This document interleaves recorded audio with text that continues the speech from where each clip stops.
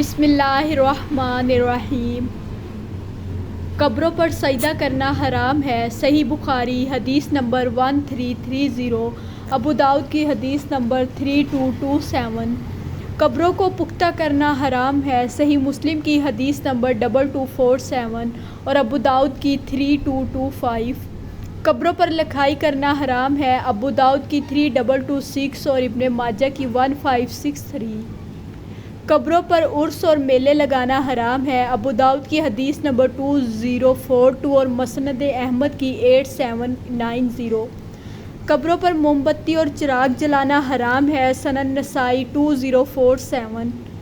قبروں پر مجاور بن کر بیٹھنا حرام ہے۔ ابو داؤد کی حدیث نمبر 3225 اور صحیح مسلم کی 2245۔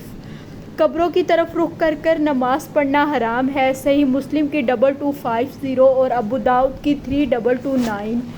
قبروں پر مرغا، بکرا، گائے وغیرہ ذبح کرنا حرام ہے۔ ابو داؤد کی 3222، مسند احمد کی 954۔ نبی کریم صلی اللہ علیہ وآلہ وسلم نے فرمایا کہ تم سے پہلی قومیں انبیاء کرام اور نیک لوگوں کی قبروں کو سجدہ گاہ بنا لیتی تھیں۔ خبردار تم قبروں کو سجدہ گاہ نہ بنانا، میں تمہیں اس بات سے منع کر رہا ہوں۔ صحیح مسلم کی حدیث نمبر 1188۔